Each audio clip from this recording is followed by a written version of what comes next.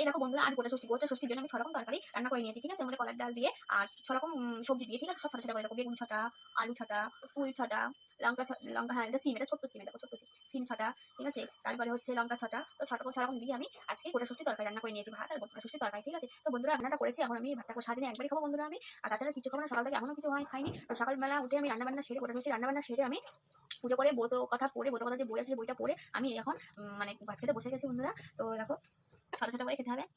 আজকে একটা বিষয় জিনিস কি জানো তো, এই যে কলার পাতাটা দেখছো, আমি কিন্তু কলার পাতা ছোটবেলায় কলার পাতা কিন্তু খেতে ভীষণই ভালোবাসতাম, খুব ভালোবাসতাম, ঠিক আছে।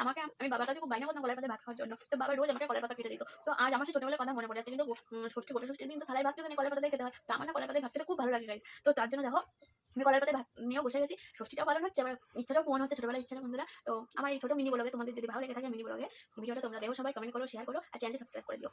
টাটা বাই বাই মিনি ব্লগে সবাইকে। তো এই দেখো বন্ধুরা, আজ গোটা ষষ্ঠীর জন্য আমি 6 রকম তরকারি রান্না করে নিয়েছি।